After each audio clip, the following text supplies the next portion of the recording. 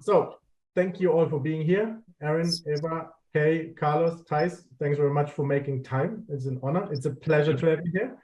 Our topic or the headline is sustainability and leadership in action. So, we had a few people comment chats before that. What a depressing kind of deal around the world stuff, because everyone's like, oh, this is not working. Here's a broken system. We should change the narrative of this and that, and politics doesn't deliver what we all want and whatnot. So, you are all working in your different places on actually making a difference in real life. Carlos, you're part of the Club of Rome, where we'll take a few of the themes from, I'm sure. And so there's I think the big 5 themes that you have is rethinking finance, planetary emergency, emerging new civilizations, reframing economics, and then youth leadership.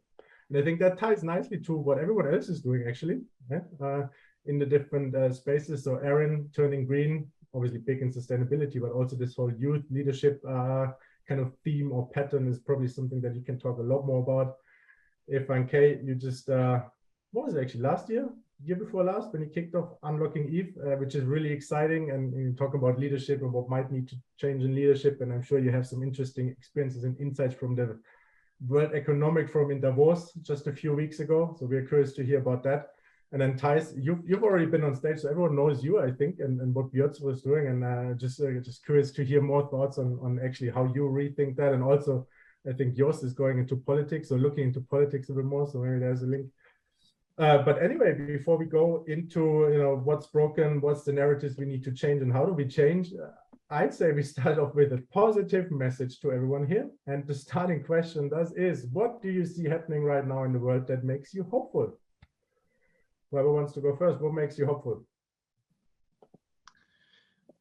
Should I kick off and start where I left in the session this morning? Because it was sort of the question that the other, I forgot his name, was rounding up with. But what I think that makes me hopeful at the moment is that the community of people that think in terms of teal and self-management is forever growing, and you see it with that's going very mainstream. I was at Harvard Business School a couple of months ago, and the fact that Vitug is a case study at HBS at this moment is making me very hopeful for the future and structure of organizations that they're applying, and also for the sustainability if it comes to financial sustainability, or what Erin has become with Go Green, that people are in touch with their environment and in touch with their surroundings, and it seems that it's going the right way in a lot of places. So if we focus on the positive, that's definitely one to take home.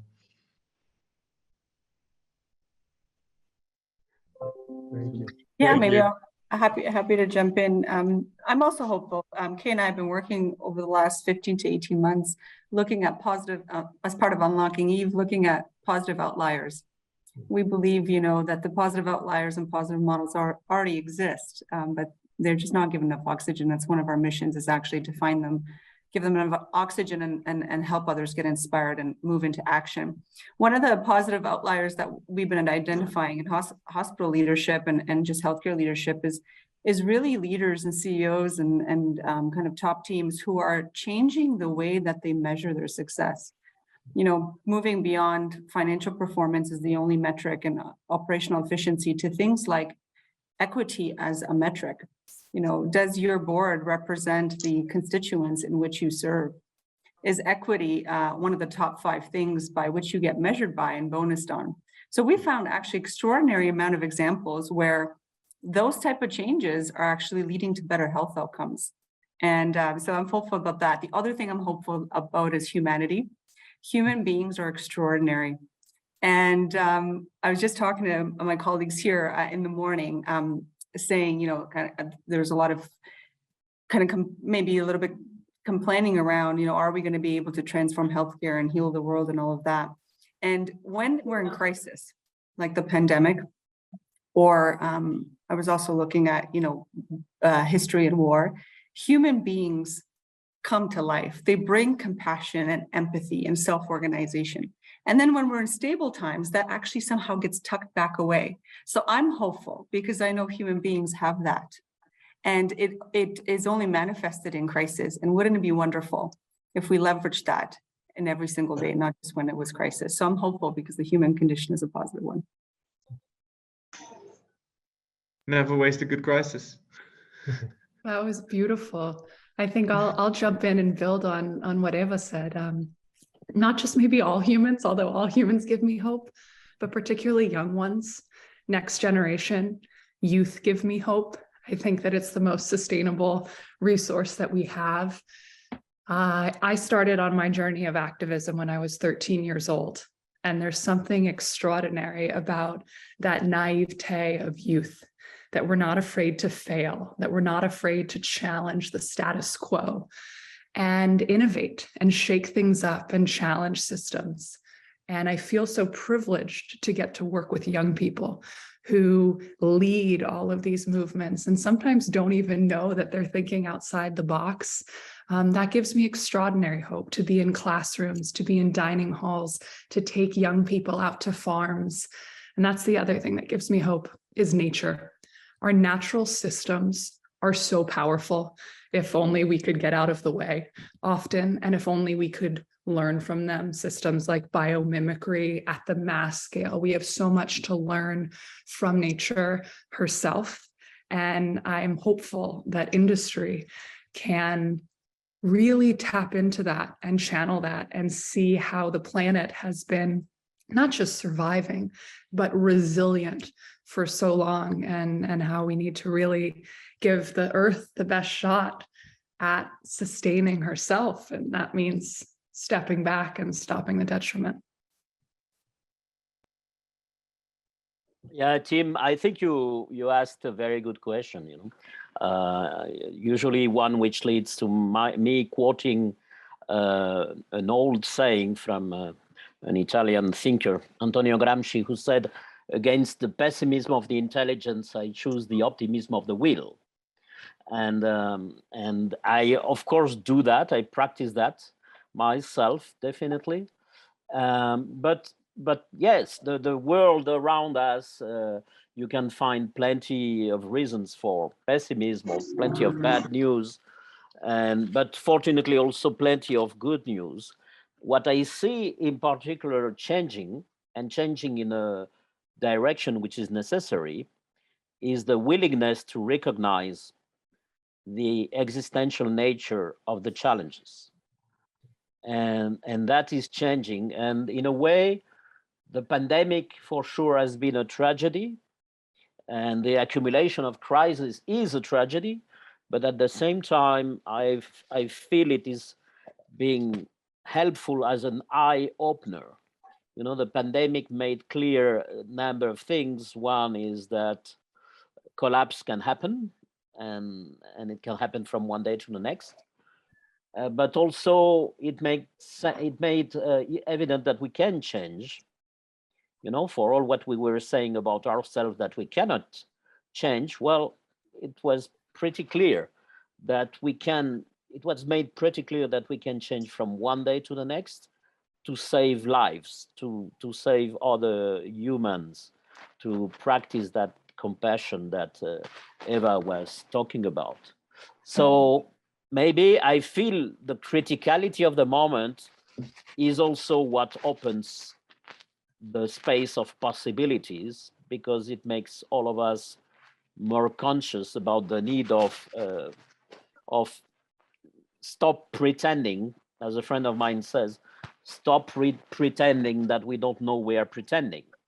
So the size of the challenges is huge, but let's invoke humanity also, as Eva said, our common humanity to face those challenges. Maybe one question to build on that, because also Carlos, Eva, Kaye, you've been in Davos and at the World Economic Forum lately, and there's all of these crises happening, and I do agree, Carlos, there's a lot of opportunity. But how do you see the role of leadership in all of that? Because obviously our panel is also talking about leadership. So what's the role of leadership, and how do you see that playing out, or maybe not yet when you think about the World Economic Forum? So okay. Yeah, thanks for that, Tim, and hi everyone. I think the discussion that was very critical in the last World Economic Forum is that the realization that all of the crisis, and we are calling it the polycrisis that's happening across the world, it really signifies that there is also a crisis in leadership. And this is stemming from that. And I think that has been something that really, when we looked at our own experiences as leaders, but also in Unlocking Eve and what we are trying to redefine as what leadership excellence looks like. Because what has been working in the past definitely is not going to solve these multi-crises that we're facing as humanity and as organizations and communities. So if we look at crisis of leadership, I mean, that is something that the World Economic Forum has, but then Erin, you said that you have a lot of hope for, you know, young people and coming from young people. I think Otti in the chat said, well, young people are not necessarily more ethical than everyone else, and certainly not than the WEF guys. But so what's your thought on that? Yeah, I actually was just crafting a response about the next thing that he'd written in the chat about nature and what we have to learn from natural systems and nature-derived design and biomimicry. Sincerely disagree on that front. I wasn't referring specifically to ethics. I'm not trying to allot value to the sorts of ideas that young people bring to the table. I'm saying that we have a lot I derive a lot of hope, and sometimes those ideas are going to be terrible. But how are young people going to learn? How are young people going to rise? I also believe that we can't have the solutions for tomorrow designed by the leaders of yesterday. So when you have a lot of people making decisions who are not the ones dealing with the bulk of the consequences, and certainly won't be here decades, if not centuries from now, because the younger generation will likely live century plus from now. How can we be designing their future? So I think that it's incredibly imperative that we center the voices of young people the same way we need to center the voices of the most effective, of the most marginalized, of the underserved, of the people that are actually bearing the brunt of the consequences of the decisions that are being made and are far too often excluded in terms of relevance and true sustainability. What's going to last is something that I feel comes from the heart of the issue. And that's what to me is so exciting about speaking to young people and working, is they are experts in their own lives. And no, they don't have all of the answers. And I'm not trying to say that they have some moral superiority or some ownership over ethics. Yes, there are a lot of studies and ones that we've conducted and massive research institutions about, particularly as it relates to climate and sustainability, that young people are trending in a direction where they're taking that more seriously because they're growing up bearing the consequences. It's something that they can no longer ignore. But I am so excited by the way that they are innovating. They can't do it alone. It's not about passing a baton to a young generation. It's about intergenerational cooperation, but it also is about listening. And I feel that far too often young people are counted out. Case in point, I can say, you're too young, you don't know. There's lots of different values in a diversity of experience. And I, for one, say that age shouldn't be a barrier to entry for being taken seriously from their ideation and innovative minds. Yeah. I think you're making a good point on especially on behalf of intuition. If I relate it to healthcare, if you come at this time of new public management where the whole business language is based on, it went together with a big loss of intuition of doing the right things, and people that are simply not capable to communicate on a similar level and therefore are not invited to the table when it comes to making decisions.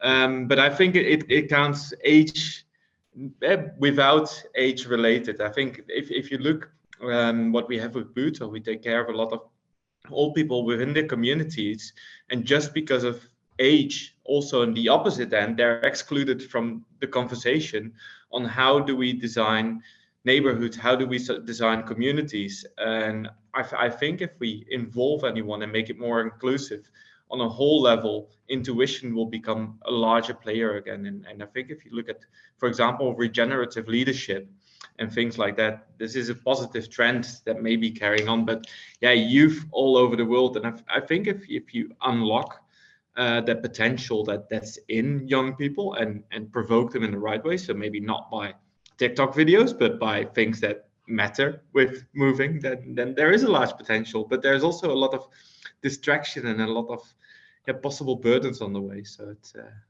also... But may I provoke you with an observation, because team is the leadership is in the title of the session. So may I say that probably the most we need from leadership right now is to forget leadership. Meaning that in the word leadership, what is implied is that some people, a small fraction of people, is able to lead the others to somewhere, you know. Honestly, I think we're at a moment where we are actually lost.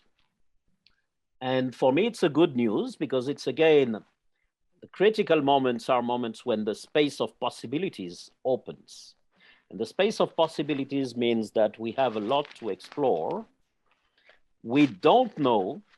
Let's recognize with humility that we don't know which is the pathway. This is not an exercise in identifying ex ante, you know, from before, the pathway to a desirable future. It's a moment to explore possibilities, but also to give room to many possibilities by many people. What gives me hope as well is the reality that there are many people around the world who are facing the challenges in their own contexts, in their own ecosystems, and acting and learning by themselves. So that's a very different kind of leadership in a way, because it's about humility, and it's about devolving to people, getting people out of the feeling of helplessness and hopelessness, and saying, yeah, you are the ones, people in general, let's bet on the humanity of everybody. You are the ones who can find your own pathway to a better future, which will mean very different things in one place from another, right? While to a very large extent, and it was interesting, definitely it was interesting to be in Davos to test this water, because the water of leaders, still very many of them trying to adhere to the idea that we have the solutions. Don't worry, people, follow me, we have the solutions. While I think, and particularly to go into the direction of regenerative organizations, as you were mentioning, Thijs, it's from a much more humble approach. I organized a session titled Opening Hearts and Minds for Regenerative Organizations. So it's also from the heart, from the whole of our bodies, that we have to explore those pathways together. That would be my take. Maybe I'll add to that, Carlos, just to close off the conversation we were having together just in January, the three of us, you, Kaye, and I, around leadership, because I like your point in terms of what is leadership really, other than, you know, coordinating people towards a shared aim that is going to, in fact, benefit us all. But I'd like to just double down on this one point, which is what of leadership, and it's being inclusive and listening. I think Erin also said, you know, listening, this quality of empathy and listening. Unlocking Eve was born with fundamental belief that those that are in the system know the system best. And therefore, the leadership or the decision-making needs to be representative of the constituents in which you serve. So in healthcare, 75% of healthcare workers are women, and 50% of the world is women. And so we found it very, very strange that less than 15% of those designing healthcare systems, especially now as we're trying to design a healthcare system to get out of the post-pandemic kind of crisis, we're not including the voices. The number one, we're 50% of the population. And two, we're the ones who are going to be responsible for implementing the changes. When we started to position it this way, even people who have been in healthcare like us for many years were like, wow, I would never put together a strategy or a vision without the input of the people that I would need to implement them. And in healthcare, it's 75% women. Now, if I draw that same parallel to Erin's point around young people, I just did a quick Google search because I was kind of curious what percentage of the population in the world is under 30. And lo and behold, it's roughly 52% of the world's population is under 30 years old. Isn't that fascinating? So it's not really about young or old. It's about, are we including the voices of those that are representative of the system which we're trying to serve? And if we look at the world, we're trying to serve a better world. Well, therefore, 52% of the world is under 30, and therefore their voices must be represented to design the system in which we live, because they represent half of it. Interestingly, is 50% also women. So I just find looking at these kind of more from a diversity, because we know the systems that bring in the diversity that we serve have better outcomes. So it's in all of our interests to have better outcomes. I just wanted to highlight what you were saying there as well, Erin. We talk about representation, be that in government, or one of our houses of government in the United States is called the House of Representatives. Representative of what? Representative of whom? Because it certainly isn't representative of the population of this country. And so, Eva, when you're talking about corporations and leadership and boards and anything like that, yes, representation. And that's not, me going and repeating some, phrase that's supposed to activate people. No, representation matters. You talked about the strength of decisions, but it's also a way to make all of us better. And that's not excluding anyone. It's just better reflecting the populations that we serve. And as you said, the actual population makeup of our communities, our countries, and our world.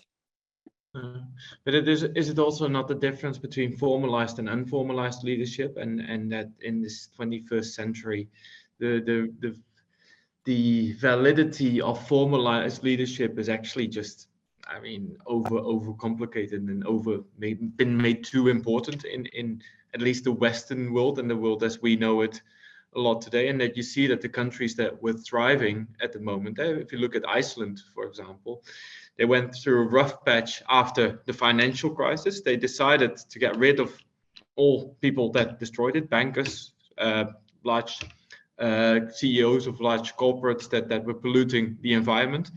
And it's now, as a European country, one of the most thriving economies, but based on very clear and practical principles rather than structures that have been politically in place for decades now.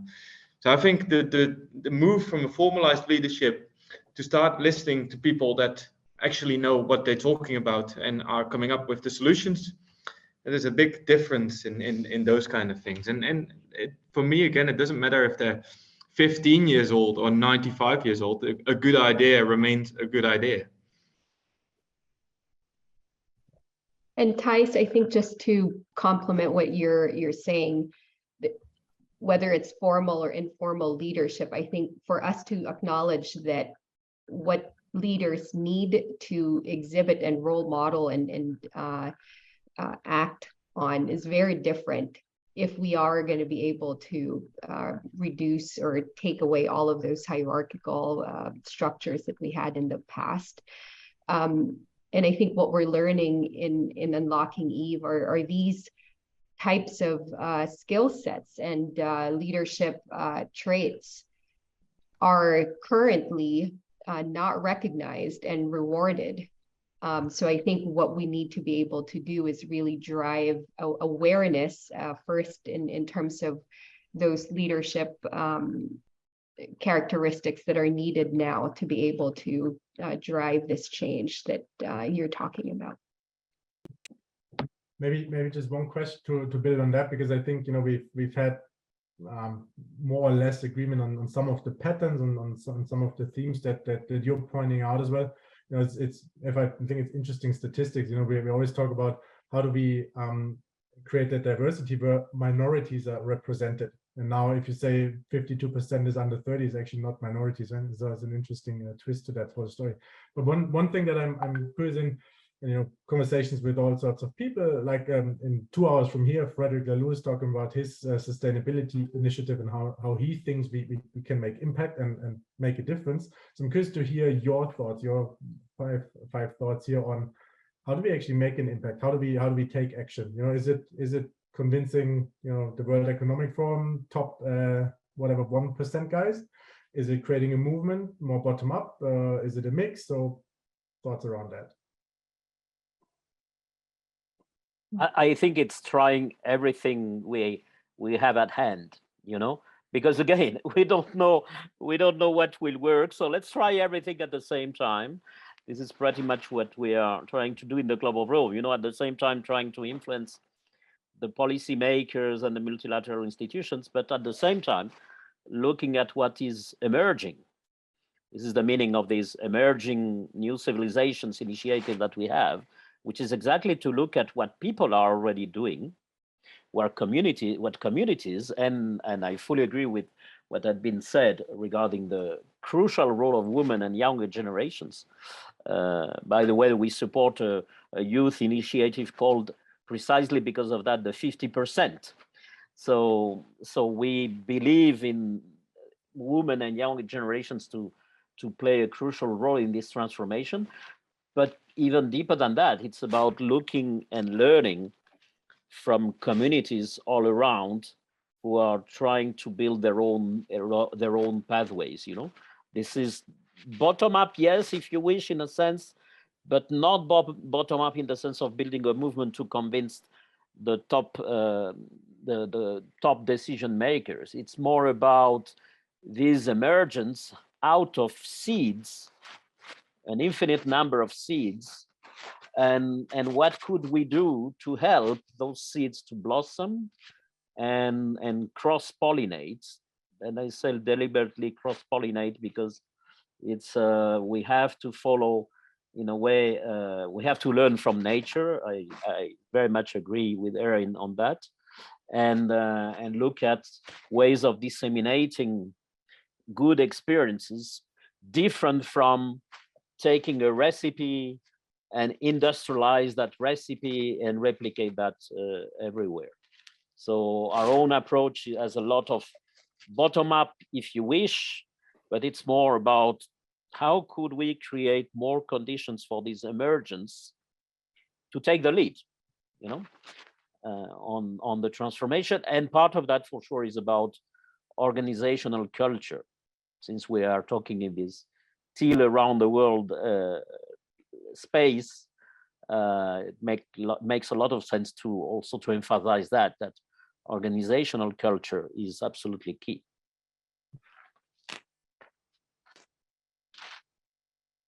I think that one of the largest issues plaguing our world today is apathy, that it's not any one specific issue, but it's a collective agreement, if you will, to give the shrug of inevitability. Elie Wiesel said the opposite of love is not hate, it's indifference. And there are far too many people in this world today that are indifferent. I think a lot of that stems from a position of privilege, that these issues don't affect me, so therefore I'm going to sit this one out. And also, I believe that one of the sources of apathy is that people don't have all the answers. And so they would rather wait until it's perfect, until it's vetted, until it's X, Y, and Z. And you certainly see this from large institutions. And there's absolutely merit in research and taking your time and doing the work. But I feel that we too often let perfect become the enemy of the good. And we have to allow people to try. And I think that's something that's really wonderful in the education space, is that people are actually invited to try and to fail, and to not necessarily even call it failure, but to call it learning.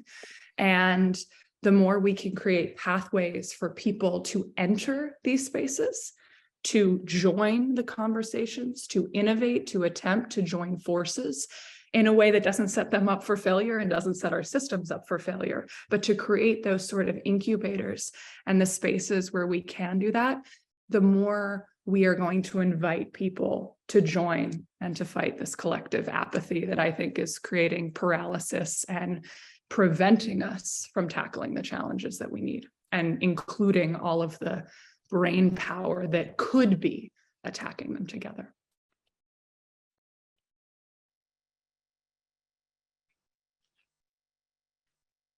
I mean, all of those things are valid. And I would add, they're kind of on Unlocking Eve, we talk about the power of two.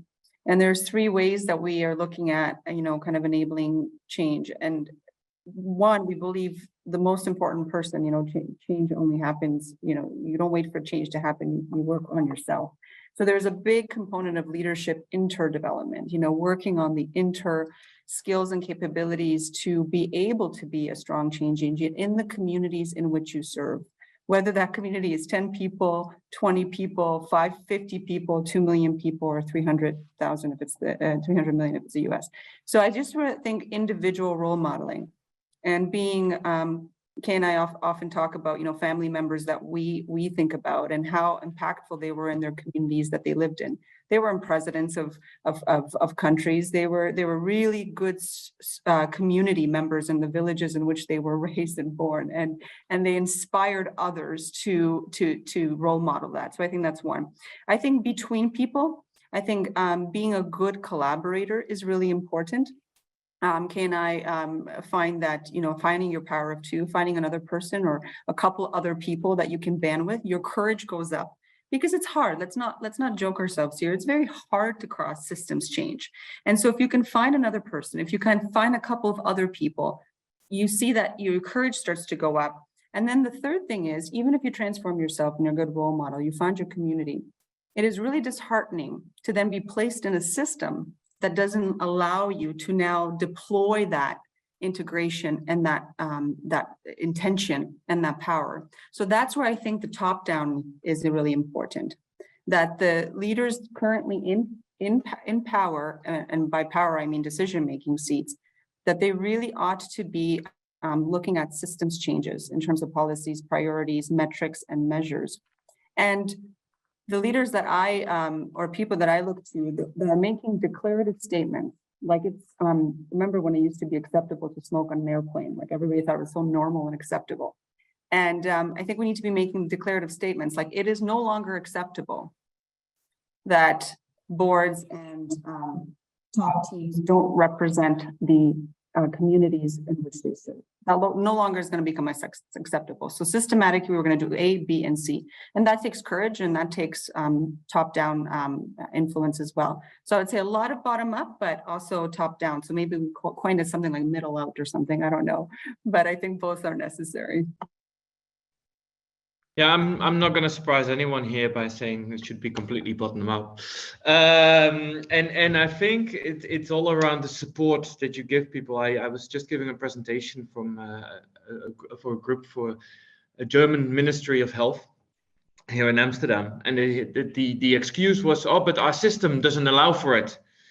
And I said, but who is your system? Your system doesn't have feelings. Systems don't have feelings or hearts, or they're not moving. And if the motivation is not coming from the practice, and if the motivation is not coming from people that are moving something towards the right end, it will never change. And the only way to achieve that is by supporting people with moving those ideas in the right direction. So when it comes to environment, when it comes to organizational structures, but also when it comes to law, if you look at the Middle East or at Iran for the moment, the system is not going to change itself magically by itself. It takes force from many individuals from within to achieve something, and let's not forget that. So, and I think that's also one of the things that we've really learned at Buurtzorg. Don't take things for what they are. Things can change. You just need to put some effort into it, and sometimes you need to have a discussion with people that do make the regulations, that do make the policies, and convince them of alternatives, because they're not going to, people that are fine with regulations and rules and circumstances how they are, they're not going to come up with the solutions how to be better. They are fine with how it is at the moment. So yeah, and that movement can only come from the bottom up, I'm afraid, Eva. I would say, I mean, I see as a necessary step a moment of making people reconnect with their humanity, because there is a huge dissonance now, and it's becoming more obvious, more evident, and that gives me hope, a huge dissonance between what people actually feel or what they would say as a citizen and what they say as a decision maker or as an executive or as a leader of an organization, you know. So there is a growing tension between the politically correct, you know, also and especially in regard of how these challenges are faced, and the feelings of that person who is saying that. And to put a significant example, you only have to look at the big shift in what Antonio Guterres, the Secretary General of the United Nations, was saying not so long ago and what he's saying now. And not so long ago, for instance, end of 2017, he was saying, well, the last decades have been very positive in terms of economic growth, globalization, scientific and technological innovation and deployment, etc., with just two collateral effects: climate change and the rise of inequality. Wow, collateral? You know, it was saying, I witnessed personally that it was using that word collateral, implying, of course, that, well, we are doing well, we have some problems, but the problems will be fixed. Now he's saying something completely different, much more radical, saying we are waging war with nature and this is a suicide. It's much more radical. He might even be too much on the pessimistic side now, or too much delivering messages without hope. But I guess what happened in the middle is the COVID pandemic again, the lack of progress in terms of climate change, preventing climate change, etc. That dissonance, we feel it is everywhere, but it requires to convene people in a safe and warm way, as people, as humans, not as CEOs or prime ministers or whatever, because if they act in public as CEOs, prime ministers, they cannot give the impression that they don't know where we are going. So they have to deliver the message that, don't worry, we are in control. Well, actually in private, they would say, well, we are not in control and we don't know what to do. Okay, let's build from that humility. Let's build from there, because the moment you give the space to people, and we have experienced that, the moment you give the space to people to talk openly, there is an incredible explosion of energy coming out from that act of devolving to people, you know, their humanity, saying, by the space where you are meeting, you can be human, you can act as a human. And then there is something incredible which can come out.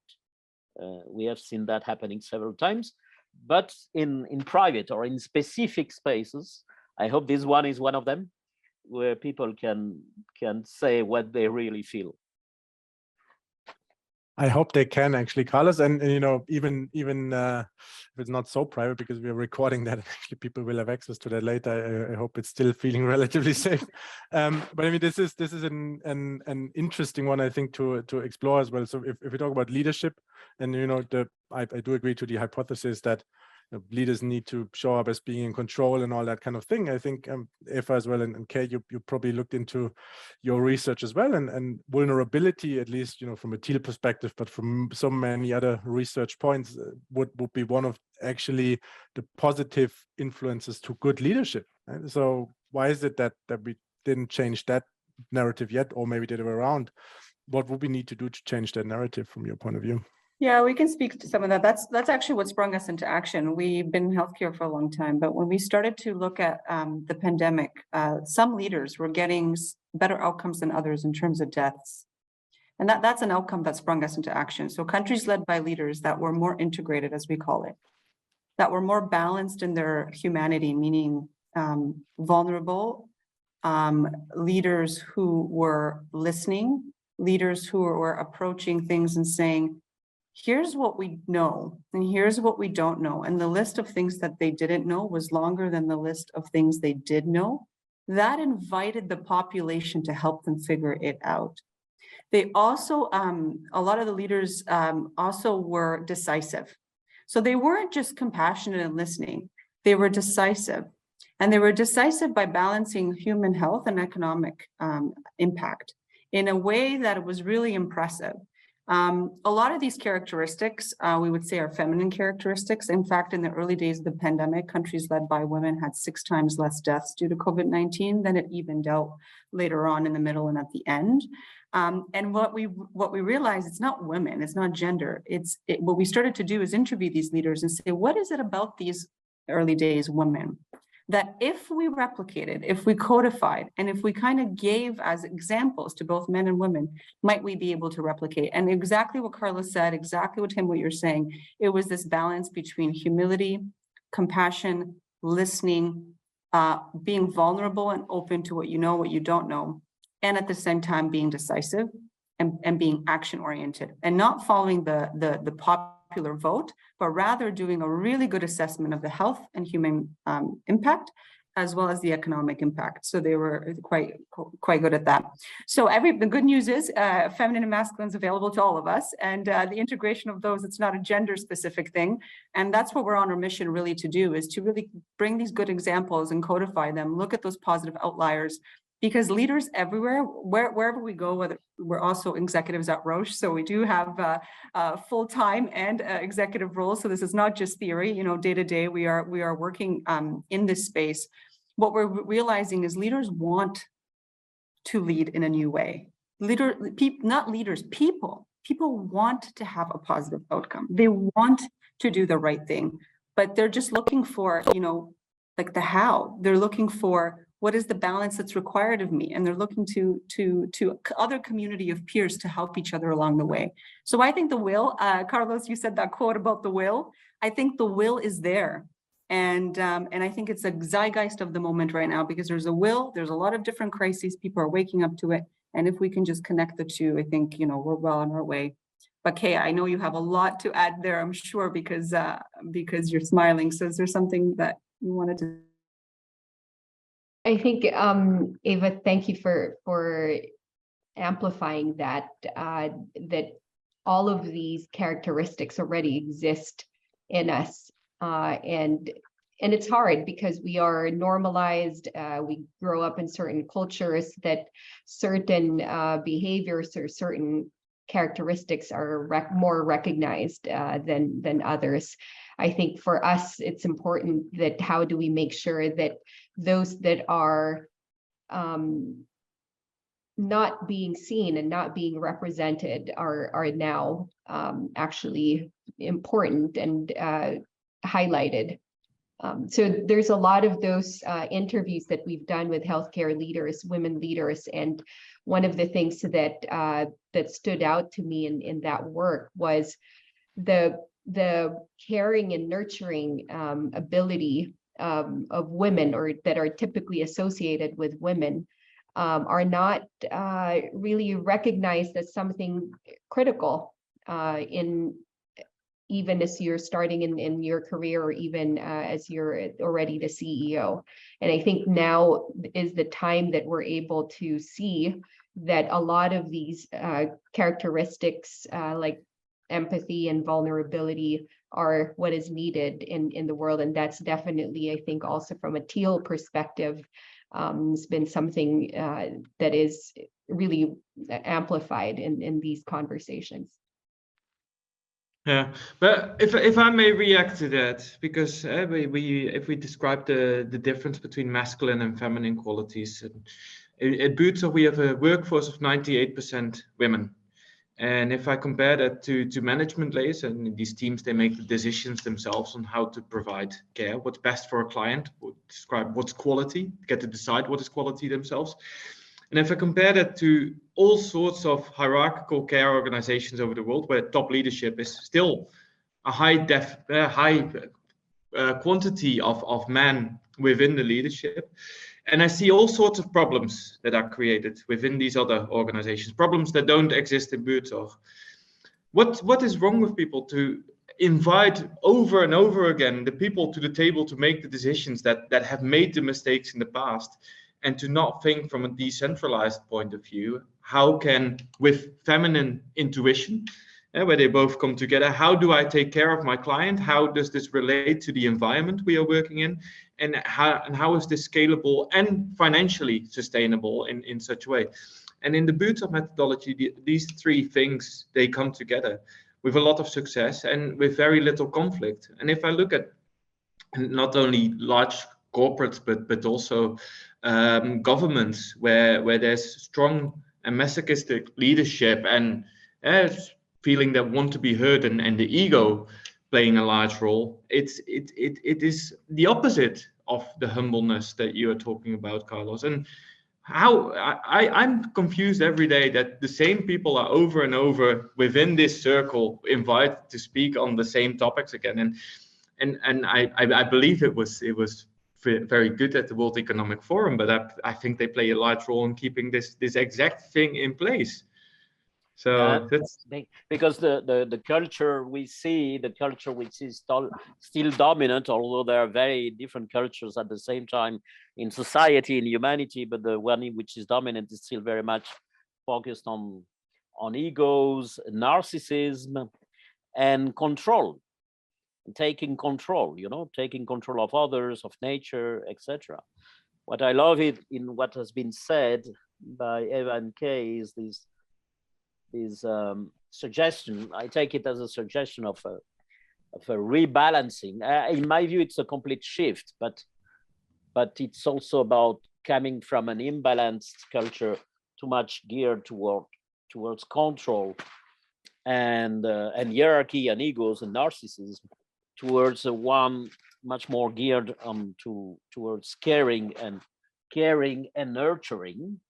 And because in my view, this changes the relationship with what we don't know and with the future, because actually what makes life worth it is what we don't know. It's the exploration. I mean, let's recover the original spirit of humanity, which is the spirit of adventure, exploration, and learning. And in that, fortunately, we still have with us many originary cultures which have survived thousands of years, and not sure our own civilization will survive much more than a few centuries if we don't learn from them, in this sense of awe, of wonder, and of exploration of the relationship with nature, So the originary peoples, as they call themselves in Latin America, we call them indigenous, have a lot of wisdom that we have to weave with our own modern science, the knowledge coming from modern science. But all over it's not what we know, it's what we don't know, which makes things exciting. And it's the process of learning what we know. And I say learning what we know because actually you cannot say you know it until you have changed. You cannot see you have learned until you have changed. And that's a very exciting process if you are open to exploration, which is very basic in our humanity, right? But sometimes we get too much obsessed with taking things under control and controlling everything. This is boring, isn't it? It is. The Brené Brown writes a lot about vulnerability and how it's about, exactly as you were saying, Carlos, it's having the courage to show up when you have no control over the outcome, that it's not actually a sign of weakness. It's certainly not about winning or losing, but it's about a measure of that courage. And I think that's also, to envision a better world. What a wild, audacious idea that we actually think we can contribute to something. And I love just this concept that it takes everyone in order to do that no one belongs in that iterative process more than you. And it may be that people don't look like you, that they don't have the experiences of you, that you feel imposter syndrome. But creating the spaces to bring people along on the journey. In the chat earlier, people were saying, you know, so many people don't start because they don't know where they fit. They don't know how they can make a difference. They don't know where to go. None of us do. That's the fact of the matter, is we're all just taking that risk. We're daring greatly. We're showing up vulnerably. We can't do everything, yet that doesn't mean that we'll relinquish our power to do something. And I think in that process of doing and risking and showing up, we get closer to recognizing our own purpose and our own power, and it brings us all closer to alignment. And I think that that's key in authenticity of change and also longevity of our movements. And maybe before we come slowly to an end of that nice conversation here, there's one interesting question, I think, in the Menti that we've also slightly touched on. I think you did, Erin, before, which is around education, and if education is not, you know, probably one of the biggest levers that we have to make a difference. I was wondering on your points of views, first of all, if that's the case or if that's not the case, and you know, if so, then what might be proposals, because we talked about all sorts of different systems. We didn't really talk a lot about education yet. So what do we think about that? Anyone?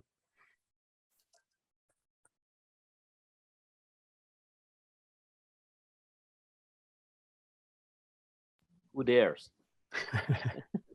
What do we think about Don't be education? shy, ladies and gentlemen. What do you think about education? We've been thinking a lot about education as one of the levers. Both how do you transform the education of business leaders, and Thijs talked about that. You know, it's almost this exclusive language, and it's needs to be transformed. But what we're actually noticing is a lot of young people, and Erin, you definitely know this more day to day, is they're opting out of the traditional education system. So when they're actually creating their own learning journeys, and much more powerful ones that are more suited to what they want to create in the world. And that's definitely got the education system at the business school level kind of worried, I guess, because we were thinking like, well, one way to transform leadership is to go early on, and where do leaders get mentored? Well, it's business schools, let's say, quote unquote. But actually, when we went to dig deeper into the business school arena, which we will still definitely look at one of our key areas of focus, Farah Mohammed, actually, the CEO of Malala Fund, and now she's doing also ex-CEO of Malala Fund and doing amazing things. She goes, don't just look there, because a lot of people, the young people, are not going through the traditional education. It's unacceptable. It's not accessible to everybody. It is highly exclusive, and they're creating their own learning journeys. So start looking for leaders much earlier on outside the education system. So that's my contribution to the education system. I think it's transforming. I think it's transforming before our eyes. And I think we ought to be paying attention to that other kind of subculture that's building in education, not the more traditional one. I also think the traditional education needs to transform, but that's a longer conversation and probably a whole different panel. No take on that one, Eva, that we invite you again next year to set up that kind of panel then. Okay, you had something to add as well. Yeah, No, go ahead, Kate. No, go ahead, Carlos. No, just to say, yes, I agree. This is for another session. I mean, we need a lot of time to talk about education. I will just say that if we look in particular at business education, as well as for business in general, they need to take as existential what is existential, what the risks that are existential for humanity, and they are not that yet there, at least not the main players. You know, it's about, is it education in the sense of inducing learning and exploring this space that we don't know? I have the feeling that in most of the cases they are still in the business of, let's try to create something around sustainability as a new specialty or new trend of the day or of the year, while we're talking here about existential risks, you know, and it's, for many of them, it's not yet, they don't perceive, they don't live that as an existential risk, which would lead them to transform quite radically the way they are, the way they are teaching, the way they are addressing the issues. You know?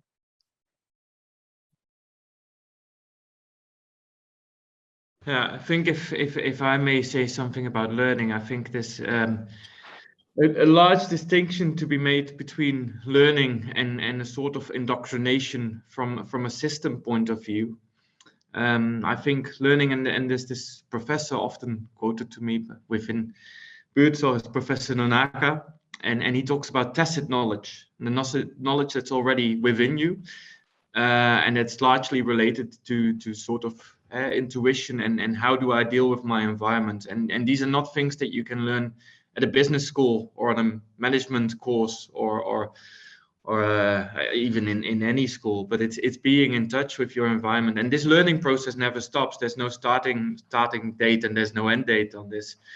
And I think it's all about the balance. And also if I look at organizations and teams within Buurtzorg, there's often a balance between younger people that come straight out of university or bachelor degree in nursing, and that have all the new skills when it comes to technology, and very experienced people that know a lot about the systems and the way of working in a neighborhood and how to negotiate things with clients, and clients that are often difficult. So it's all these things where you come together and where you learn from each other in any sort of setting you feel like. So when learning is formalized, it doesn't suit 90% of the people, and you actually compromise yourself to a space where it's very uncomfortable for a lot of people. So I think if you speak about learning should be broad and on to people's interest. And yeah, I think there's still some movements that can be made there, and maybe there should be another panel next year specifically on this, Tim. Yeah, noted. And Katja, I think, put in the chat Sir Ken Robinson, one of my favorite TED Talks as well. So maybe we can convince Ken to come over next year as well, and we invite him to the panel. It will be a fun one. Before we close this one, Alexandra kindly said that she would do a bit of scribing for us. So Alexandra, show us what you have done here for us, with us, listening to this panel. Okay, hi. Thank you very much. So I have actually, it's been an amazing session. It was kind of quite a thing to get with the rhythm of what you've been talking. I'm not sure, do you see the image mirrored, or is it, can you read? Okay, perfect. It's a bit small to read, but we can see it. Yeah. I will share the whole image with you as a picture. But it's been really a privilege to listen to all those voices that create this one amazing message of hope that rises actually out of darkness, and how our darkest humanity moments actually create our lightest moment, and how we empower ourselves and grow and make hope and the new grow out of like what makes us most human. Beautiful. Thank you, Alexandra, for the drawing, for sharing. I think it's the perfect closing words as well. Make sure you share it, at least in the what's it called, Teal Around the World participant group on LinkedIn or wherever, so we get it. It looks really nice. Amazing. Thank you.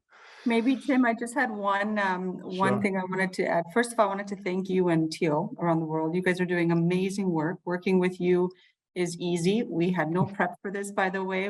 Tim just said, come in, be yourselves, and hopefully it will touch somebody. And that's what I just wanted to so thank you, number one. Thank you, Alexandra. But also I wanted to have a request to everyone listening.